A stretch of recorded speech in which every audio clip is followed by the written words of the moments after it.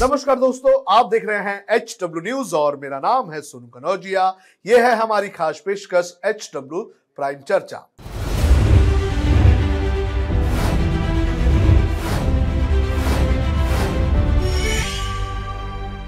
और आज इस चर्चा में हम बात करेंगे कर्नाटक चुनाव की। कर्नाटक चुनाव की अगर बात करें तो 10 मई को कर्नाटक में एक ही फेज में मतदान होंगे और 13 तारीख को यानी 13 मई को कर्नाटक में किसकी सरकार बनेगी इसके नतीजे भी आ जाएंगे। और कर्नाटक चुनाव की अगर बात करें तो ये चुनाव जो है ये कांग्रेस के लिए काफी महत्वपूर्ण है, क्योंकि अगर यहां पर कर्नाटक में कांग्रेस की जीत नहीं होती है और कांग्रेस यहां पर अच्छी सिचुएशन में नहीं आती है तो आने वाले कई सारे चुनाव में इसका असर देखने मिल सकता है। भारतीय जनता पार्टी की अगर बात करें तो यहां पर भारतीय जनता पार्टी की सरकार है, लेकिन जो सर्वेज आ रहे हैं वो भारतीय जनता पार्टी के लिए अच्छी खबर नहीं ला रहे हैं। 224 जो सीटों की ये विधानसभा है, इसमें इस वक्त जो एनडीए है उसके पास 119 सीटें हैं, कांग्रेस के पास 75 और जेडीएस के पास 28 सीटें हैं। लेकिन इसके पहले जब यहां पर चुनाव हुआ था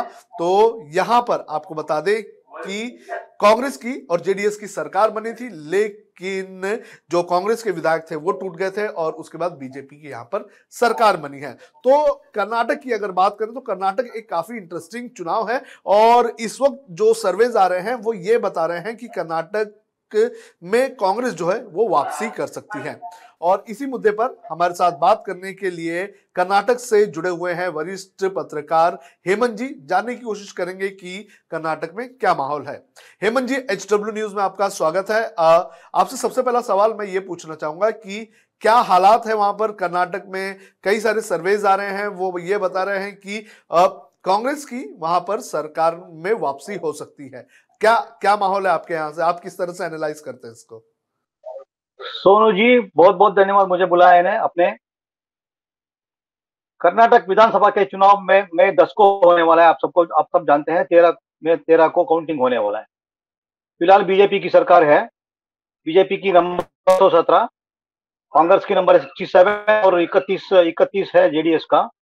एक स्पीकर है और एक बहुजन समाज पार्टी का है। 3 वैकेंसी है। देखिए 2018 में जब चुनाव हुआ था, नतीजा निकले, BJP emerge as a largest single party with 104 seats. बीजे कांग्रेस और जेडीएस का गठबंधन की सरकार हुई। बाद में एक साल के बाद तोड़ फोड़ के बीजेपी की सरकार आ गया। येडियुरप्पा मुख्यमंत्री बन गया 2019 में। ठीक है। और अब क्या है माहौल? ये महत्वपूर्ण चुनाव, ये महत्वपूर्ण है। दोनों कांग्रेस और बीजेपी के लिए भी दोनों महत्वपूर्ण है, इसलिए कि कांग्रेस वापस आने के सत्ता में आने के लिए एक होकर मतलब they are putting all their efforts, best foot forward. BJP के लिए भी बहुत क्रूशियल है क्योंकि वह सत्ता को संभालना है और फिर से वापस आना है। और थोड़ा बहुत जेडीएस के लिए, जनता दल सेक्युलर के लिए भी ये महत्वपूर्ण है क्योंकि अपना जो गढ़ है, अपना जो वोट बेस है और अपना जो नंबर है उसको बचाना है, 30, 31 जो भी है। So this election is crucial for all the 3 political parties, number 1। Number 2, आपने कहा कि कुछ सर्वेस आ रहे हैं कि कांग्रेस की वापसी हो सकता है या बीजेपी के लिए मुश्किल है। ये सही है, आपका अंदाजा सही है, आपका सर्वे रिपोर्ट सही है और आपका एनालिसिस सही है। It is extremely difficult for the BJP to retain power, but it is not easy for Congress also. Congress के लिए भी उतना आसान नहीं है। जब येडियुरप्पा को उसने बीजेपी ने प्रोजेक्ट किया था 2018 में, बीजेपी की नंबर 104 पर रुक गया। अब येडियुरप्पा को प्रोजेक्ट नहीं किए हैं। येडियुरप्पा ने क्या कहा उस दिन? बसवराज बोम्माई के नेतृत्व में चुनाव लड़ेंगे, लेकिन मुख्यमंत्री कौन बनेगा ये विधायक दल तय करेंगे।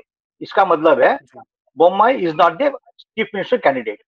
चीफ मिनिस्टर फेस नहीं है बीजेपी का, सीएम फेस नहीं है वो। तो फिर कौन है? ये this is a $1 million question. I tell you what, in Karnataka the Lingayats vote is very very crucial. At the same time, in South Karnataka, it is Okkalika votes. This strange factor is you have पूरे 224 constituencies में मुसलमान भी है, ब्राह्मण भी है, दलित भी है। और इस बार कांग्रेस ने इतना मेहनत किए हैं कि minority votes, schedule caste votes और पूरे के पूरे बैकवर्ड क्लास वोट, ना केवल पूर्वा जिस जात को सिद्धरामैया बिलोंग करते हैं, ना केवल पूर्वा, पूरे बैकवर्ड क्लासेस वोट को हासिल करने के लिए उन्हें कोशिश कर रहे हैं, काम कर रहे हैं। What can go as an advantage and benefit for the Congress party is 4% reservation निकाल दिया मुसलमान को ये बीजेपी सरकार ने। उस 4 में 2% लिंगायत को दे दिया, 2% वक्लिका को दे दिया। The Congress party is now going to each and every village saying हमको वोट दो, हमको मेजॉरिटी दो, हम वापस लाएंगे 4% रिजर्वेशन फॉर मुस्लिम्स। 3 कारण के लिए ये minorities are against BJP. Number 1, anti conversion bill उन्होंने पास किया, Christians are angry. Anti cow slaughter bill इन्होंने पास किया, मुस्लिम्स आर एंग्री। 4% रिजर्वेशन निकाल दिया मुसलमान के लिए, Muslims are angry. So the possibility is that the Muslims and Christians will en masse solidly vote for Congress. जी। Now अब आज क्या है, आज क्या हो रहा है, ये इंटरनल रिजर्वेशन के बारे में, शेड्यूल कास्ट का इंटरनल रिजर्वेशन जो है उसमें कुछ के बीजेपी के लोग, लेकिन कांग्रेस ने क्या कर रहे हैं, Congress is trying to explore the anger, जो नाराजगी है, गुस्से हैं शेड्यूल कास्ट में, उसका फायदा उठाने के लिए कोशिश कर रहे हैं कांग्रेस ने। So as of today Congress seems to be in advantageous uncomfortable position. उतना आसान नहीं है बीजेपी के लिए। So in fact Congress party, if I can't quote anybody, अगर मैं बोलूं, मैं किसी से बात किया, उनका नंबर है 95 से 105 तक है, कांग्रेस पार्टी का इंटरनल सर्वे बोलते हैं। बाहर कहने के लिए कहते हैं कि 125, 135, 130 जीतेंगे, लेकिन बीजेपी का इंटरनल सर्वे भी 80 से ज्यादा नहीं है, 80 to 85 बीजेपी इंटरनल सर्वे, लेकिन बाहर कहते हैं कि 130 जीतेंगे। वो बोलना ही है, वो अलग बात है जी। इस बीच में ये दोनों नेशनल पार्टी के बीच में जो रीजनल पार्टी है, Janata Dal JDS, it is registered as a national party, लेकिन it is a national party in form but regional party in content. उनका कहना है कि हम जीतेंगे 121, 120, 121 हम जीतेंगे करके बोलते हैं, लेकिन वो लोग कोशिश कर रहे हैं कि 35 से 40 तक उनका अगर नंबर आ जाता है तो ठीक है, हम किंग मेकर बन जाएंगे, तो उनका टारगेट है। अब ये देखना है कि कांग्रेस की परिस्थिति क्या 95 से 100 से 105 से आगे बढ़ेगा या घटेगा। बीजेपी की परिस्थिति 80-85 से आगे बढ़ेगा, 110 तक जाएगा, 115 तक जाएगा, या वहीं रुक जाएगा, नीचे आ जाएगा, ये अभी देखना है। अभी चुनाव के लिए अभी बहुत दिन बाकी है, अभी there is almost 45 days, almost 40 days time है, अभी मई 10 को है, और इतना बार आ चुके हैं अमित शाह और नरेंद्र मोदी, और बहुत बार आने वाले हैं, ठीक है। So the only trump card BJP has is Narendra Modi and the strategy of Amit Shah. इन दोनों के बलबूते पर ये अभी बीजेपी के लोग काम कर रहे हैं। अब ये देखना है कि उनका नंबर 85 से 90 से आगे बढ़ेगा या घटेगा, ये अभी मतलब it all depends upon what strategy they do and how they will work in the ground। अब और कैंडिडेट का सिलेक्शन में भी बहुत महत्वपूर्ण है, both for both Congress and BJP। Congress has got already a head start, having announced 121 candidates। अभी बाकी 103, 102 करनी है, but BJP has not yet announce. अभी बीजेपी का कैंडिडेट्स 50, 100 भी अभी अभी अभी तक अनाउंस नहीं किया। और जी ये भी बीजेपी में एक एक एक थोड़ा सा एक अप्रेंशन है कि 2019 में जो लोग कांग्रेस और जेडीएस छोड़ के बीजेपी आए थे, वो क्या जी टिकेंगे या जाएंगे वापस? वो टिकेंगे या जी जाएंगे वापस? 2019 में जो कांग्रेस और जो जेडीएस छोड़ के आए थे सरकार जी बनाने के लिए, तो वो जी क्या अभी अभी अभी अभी टिकेंगे बीजेपी में या वापस जाएंगे? ये भी जी बात चल रहा है। जी आज ने तो बसवराज बोम्माई चीफ मिनिस्टर ने कह दिया कि कोई नहीं जाएगा, लेकिन ऐसा नहीं है। मतलब जब आप ऑफ द रिकॉर्ड बात करते हैं और नेताओं के साथ बात करते हैं, तो कहते हैं कि नहीं नहीं, हम इसलिए कैंडिडेट का लिस्ट अनाउंस नहीं किया क्योंकि हम जानते नहीं है कि वो रहेंगे नहीं रहेंगे, टिकेंगे नहीं टिकेंगे, इसलिए देख के उसका परिस्थिति देख के बाद में करेंगे करके। तो this also is a factor to be countered, to be taken into consideration in the BJP जी camp. और sir same thing in last point, same thing vice versa Congress में भी है। अगर ये बीजेपी छोड़ के कांग्रेस में आ जाता है तो उनके लिए जी टिकट अनाउंस करना है ना। जी तो इसलिए इसलिए एक 100-105 सीट्स अभी तक तय नहीं किए हैं। जी दिस इज सर कांग्रेस परिस्थिति। सर बोलिए अ, कौन जी। सर येदुरप्पा की एक तरह की नाराजगी है वहां पर। येदुरप्पा की नाराजगी का भी खामियाजा बीजेपी उठाएगी? क्या बीजेपी को येदुरप्पा की नाराजगी का भी जो है खामियाजा उठाना पड़ेगा, या फिर देखिए, नाराजगी दूर हो? नहीं तो दूर हो चुके हैं, क्योंकि दो तीन चीजें हैं इसमें। जी जितना जितना इन्वॉल्वमेंट का हुआ 2019 में, 18 में, 19 में, उतना इन्वॉल्वमेंट रहेगा नहीं रहेगा, यह भी एक $1 मिलियन क्वेश्चन है, नंबर वन। जी number two, in 2018, 2019, Yeddyurappa was the CM's face, chief minister's face. He was the chief minister candidate. अब वो चीफ मिनिस्टर कैंडिडेट नहीं है। अगर मैं नहीं हूं तो मेरा बेटा के लिए क्या है? जी टिकट तो देंगे आप, लेकिन आगे क्या है? ये प्रश्न जी को अभी तक उत्तर नहीं दिया। तो येडियुरप्पा को उन्होंने अभी संभालने के लिए, कुछ करने के लिए कुछ ना कुछ तो मतलब हो रहा है। उसको सेंट्रल पार्लियामेंट्री बोर्ड का मेंबर बना दिया। कल परसों जी जब मोदी जी आए थे शिवमोगा एयरपोर्ट का उद्घाटन के लिए, तब बहुत अच्छा जी प्रेज किया येडियुरप्पा को, उधर ही सम्मान किया, क्योंकि उसी दिन 27 फरवरी येडियुरप्पा जी का बर्थडे था, जन्मदिन। जी तो उधर ही सम्मान किया उसको। 80 साल हो गया येडियुरप्पा का, तो उधर ही सम्मान किया। बहुत अच्छा बोले हैं। और अमित शाह जी परसों आए थे, 4-5 दिन पहले, 3-4 दिन पहले, वो सीधा येडियुरप्पा घर गए हैं, और येडियुरप्पा के बजाय वो विजेंद्र से बात किया, विजेंद्र को जी मतलब प्रेस किया, विजेंद्र से जी प्रश्न पूछा। सो बुके ये बुके सब भी दिया था। येडियुरप्पा, ये येडियुरप्पा बुके भी दिया, येडियुरप्पा को खुश रखने के लिए वो ये सब कोशिशें हो रहे हैं। कुछ जी होंगे नहीं होंगे अलग बात है, अब देखना है, आगे आने वाले दिनों में देखना है।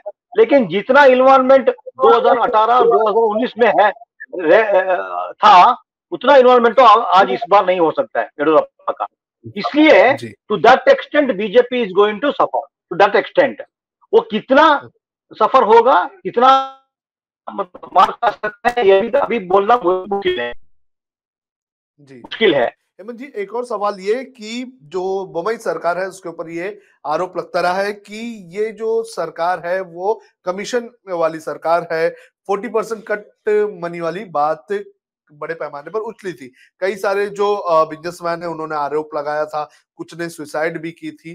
तो इस आरोप का कितना इम्पैक्ट होगा इस चुनाव में? इसका आरोप, ये करप्शन का आरोप है ना, ये बहुत बड़ा इम्पैक्ट होने वाला है। इसलिए होने वाला है कि 40% का कमीशन कट का सच है झूठ है अलग बात है, but there is every what you call indication that ये सरकार बिना रिश्वत नहीं चलती है। आप आम आदमी से पूछो, कहते हैं कि no no wheel of the government moves without the grease of graft. वो ग्राफ्ट मतलब वो करप्शन का, अगर पैसे नहीं देते तो nothing will move in this government. ऐसा एक इंप्रेशन बन गया है, बन चुका है। जी सिर्फ कहते हैं कि कोई डॉक्यूमेंट्स नहीं है, कोई एविडेंस नहीं है करके बोलते हैं, लेकिन ये भी सच है कि वो आरोप इफेक्ट काउंटर करने के लिए BJP as a party, BJP as a government, सरकार भी उसमें it has failed to counter that charge. The BJP spokespersons, BJP office bearers, BJP as a party also has failed to counter that charge. 40% का जो corruption का charge है, उसको counter करने में बीजेपी का नाकामयाबी है। This is one part of it. लोग क्या सोचते हैं, अरे मोदी जी कहते हैं कि ना खाऊंगा ना खाने दूंगा, ना खाऊंगा ना खाने दूंगा, लेकिन यहाँ तो कुछ और हो रहा है।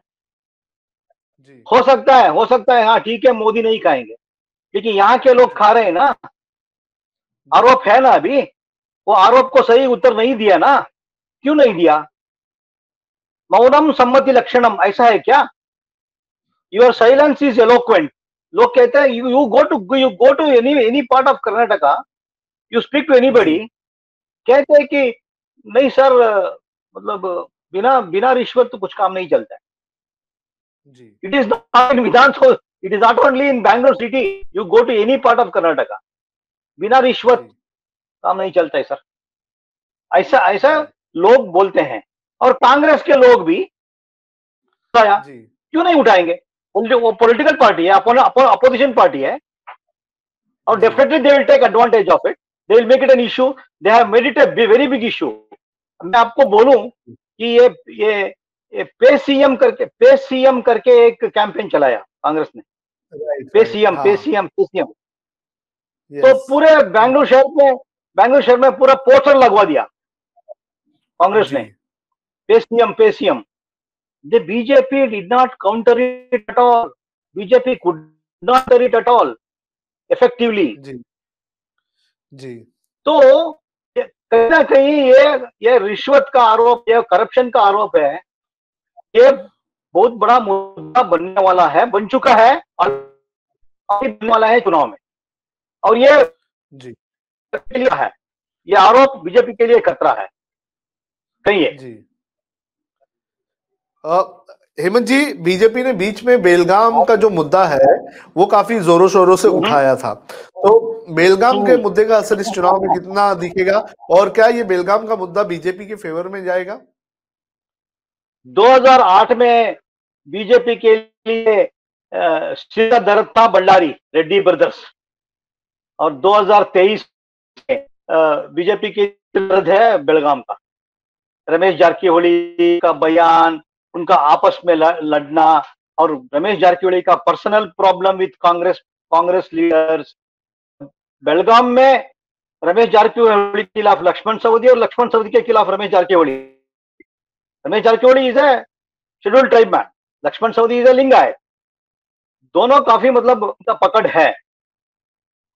ये अंदरूनी मामला है बीजेपी का। This is a fight for one upmanship in Belgaum district. Belgaum biggest district in terms of number, 18 seat है, एक ही डिस्ट्रिक्ट में 18 सीट है। I can tell you all the assembly segments, I don't want to tell now, I don't want to take your time. अगर बेलगाम में BJP अच्छा नहीं कर पाती है तो सोच लीजिए बीजेपी की खत्म, बात खत्म। अगर बेलगाम में नहीं हो सकती है तो this is it has become a very big problem for the BJP. लोग कहते हैं उसके बारे में, कहते हैं कि नहीं तो हम उसको लिपटा देंगे। क्या लिपटा देंगे? Every day Ramesh Jarkiholi keeps telling, एक ना एक बयान देते रहेंगे। अगर महेश कुमटली को टिकट नहीं देते तो मैं पार्टी में नहीं रहूंगा, अगर उसको टिकट देते हैं तो मैं पार्टी में नहीं रहूंगा, मैं अपना राय रूल लूंगा। ये सब क्या है? डिसिप्लिन नहीं है, कुछ नहीं है, अपने अपने मनमानी करते हैं। इसको रोकने वाला कौन है? नंबर वन येडियुरप्पा था, मतलब पार्टी के संगठन में या गवर्नमेंट में मुख्यमंत्री के नाते या अध्यक्ष के नाते तो येडियुरप्पा था, उसका एक पकड़ था, उसका एक मॉरल स्टेज है का, इसलिए वो कुछ कर सकता। अभी कौन है? कटिल, मुम्बई नहीं नहीं इतना होता है। तो Belgaum is going to be a very very crucial factor, BJP के लिए बहुत क्रूशियल फैक्टर है। और I can also the extent of saying make or mar, it can be either this way or that way. Belgaum is very very crucial.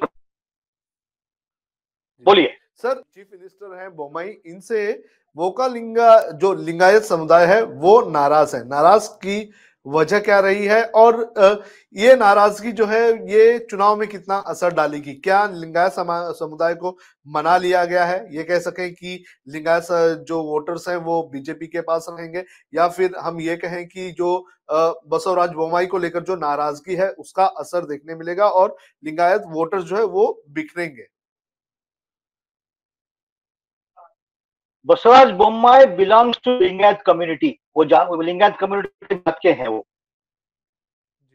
लेकिन लिंगायत के supreme leader है येडियुरप्पा, ठीक है? Yediyurappa is the supreme community. Lingayat आज तक, परसों तक, लेकिन इन लोगों ने थोड़ा बहुत क्या मैनेज किया, इसमें union home minister Amit Shah का भी योगदान है। तो पंचमसाली सब लिंगायत में बहुत सारे सबसेक्ट हैं, उसमें एक पंचमसाली है। पंचमसाली के सबसेक्ट के स्वामी जी 70 दिन से धरना करते थे बेंगलुरु में फॉर रिजर्वेशन। अब क्या किया उन्होंने, बोम्मई ने क्या किया, सब मिलके क्या किया, इसमें अमित शाह जी का भी योगदान, येडियुरप्पा का 4% जो मुसलमान के लिए थे रिजर्वेशन, उसको हटा दिया। उसको हटा के 2% लिंगायत को दे दिया, 2% ओकलिका को दे दिया। ये राय जो पंचमसाली समाज के स्वामी जी ने, उन्होंने उसको स्वागत किए हैं। टू दैट एक्सटेंट लिंगायत समुदाय का नाराजगी थोड़ा कम हो जाता है। उन्होंने क्या कहा है, फिलहाल हम इसको लेते हैं, मानते हैं, लेकिन हमारी लड़ाई जारी रहेगा चुनाव के बाद, क्योंकि हमको सेंट्रल ओबीसी लिस्ट में हमको जगह चाहिए। तो फिलहाल 2% दिए हैं लिंगायत के लिए, ये हम स्वागत करते हैं करके बोल दिया। टू दैट एक्सटेंट वो जो क्या हो लिंगायत का नाराजगी था वो फिलहाल नहीं है, आज नहीं है, ठीक कर दिया, मतलब मैनेज कर दिया। और वोकलिगास भी खुश है, उस तरफ वोकलिगास भी खुश है, 2% ज्यादा मिल गया ना वोकलिगास के लिए। हाँ, ये this is a very smart move on the part of BJP, क्योंकि at some point in time कुछ ना कुछ तो करके चुनाव हिंदू मुस्लिम इश्यू बनना चाहिए। इसलिए टिप्पू सुल्तान के बारे में बोलते हैं, उरी गौड़ा नंजे गौड़ा को लेके आया, 4% निकाल दिया। तो this is what BJP is a very clever attempt, एक थोड़ा बहुत क्लेवर अटेम्प्ट किए हैं कि इसको हिंदू मुस्लिम इश्यू बनाने के लिए। क्योंकि परफॉर्मेंस के आधार पर अगर वोट मांगे तो परफॉर्मेंस क्या है बीजेपी सरकार का, कर्नाटक बीजेपी सरकार का परफॉर्मेंस क्या है? बोलने के लिए ऐसा कुछ नहीं है, एक थोड़ा सड़क बना दिया, एक बोरवेल डाल दिया, नहीं, दैट इज डिफरेंट, सब करते हैं। लेकिन ऐसे तो मोदी सरकार जैसे परफॉर्मेंस को ये बोलने के लिए क्या है इनका पास, ये सेक्टर में काम किया, वो सेक्टर में काम किया, इसमें काम किया, वो काम किया, ये काम किया, दिखाने के लिए क्या है इनका पास? तो परफॉर्मेंस के आधार पर वोट नहीं मांग सकता है, इमोशनल वोट मांग सकता है, इमोशनल इश्यू पर ही वोट मांग सकता है। इसलिए ये सब सर्कस कर रहा है। थोड़ा बहुत लिंगायत समुदाय को समाधान करने के लिए, उसको विश्वास में ले प्रयास किया है तो वेरी लार्ज एक्सटेंट उन्होंने सक्सीड हो गए हैं, कामयाबी हो गए हैं। इस चुनाव में उसका लिंगायत का नाराजगी नहीं रहेगा। लेकिन एक बहुत महत्वपूर्ण बात यह है कि लिंगायत समुदाय ने पूछेंगे, अगर बीजेपी को हम वोट दे देंगे, बीजेपी को सपोर्ट करेंगे, मुख्यमंत्री कौन बनेगा? क्या बोम्माई फिर से मुख्यमंत्री बनेगा या कौन बनेगा? ये हमको पता ही है पहले, because Yeddyurappa has to convince Lingayat community को अगर कन्विंस करनी है तो सिर्फ येडियुरप्पा कर सकता है, बोम्माई नहीं, सीसी पाटिल नहीं, मुरुगेश निराणी नहीं, कोई भी नहीं, सिर्फ येडियुरप्पा कर सकते हैं कि लिंगायत कम्युनिटी को कन्विंस कर सकते हैं इस बार बीजेपी का वोट दो, लिंगायत ही बनेंगे मुख्यमंत्री करके। अगर वो आश्वासन देता है तब पूरे के पूरे लिंगायत बीजेपी को वोट दे सकता है। वो होगा नहीं होगा अब देखना है। जी सर, और एक आखिरी सवाल, और कौन कौन से मुद्दे हैं जो बीजेपी के लिए इस बार जो है वो अच्छे नहीं लग रहे हैं, बीजेपी के खिलाफ जा सकते हैं? मैंने कहा आपको कि माइनॉरिटीज, क्रिश्चियन तो बहुत कम है, 2.5% जो है, लेकिन है वो सॉलिड वोट देंगे बीजेपी के खिलाफ। और एक 10-11% जो है मुसलमान का, वो भी बीजेपी के खिलाफ जाने वाला है। जी, ये बैकवर्ड क्लास, अभी ये परसों येडियुरप्पा का गांव है शिकारीपुर में, एक लम्बानी कम्युनिटी का एक आंदोलन हुआ था, उनके घर के ऊपर पत्थर फेंके थे, कुछ गलाटा हुआ, लाठीचार्ज हुआ, सब हुआ। अब ये लम्बानी कम्युनिटी को अगर कुछ प्लीज कर सकते हैं, बात कर सकते हैं, येडियुरप्पा बात करके अगर वो कर सकते हैं तो ठीक रहेगा। अगर नहीं कहते हैं तो शेड्यूल कास्ट का वोट जो है इंटरनल रिजर्वेशन के इश्यू में, जो शेड्यूल कास्ट का वोट है वो बीजेपी के खिलाफ जा सकता है। जी, इसमें एक क्या मतलब, यू हैव टू अंडरस्टैंड, समझना चाहिए कि Congress is confident of getting all the Muslim votes. जी, मुझे जानकारी है, मैं जानकारी के आधार पर मैं बोल रहा हूं कि हर गांव, हर तहसील, हर जिले में जाके कांग्रेस के नेता ये सब बोल रहे हैं कि तुम्हारा जो एसडीपीआई है, जो ये ओआईसी का पार्टी है, जो भी है, या जनता दल है, वो सब भूल जाइए। ये सब मुसलमान का वोट को कट करने के लिए, कांग्रेस का वोट कट करने के लिए ये सब कोशिश कर रहे हैं, बीजेपी को हेल्प करने के लिए। इस बार पूरे के पूरे मुसलमान का वोट कांग्रेस को आना चाहिए, ऐसा बोल आ रहा है। जी, that has gone well with the Muslim community is now more or less decided। हाँ, इस पर तो लेके आना है कांग्रेस को। आई टोल्ड यू, मैं रिपीट कर सकते हैं, नहीं कर सकते मुझे पता नहीं है। तो anti conversion bill has made entire Christian community to vote against BJP for Congress। Anti go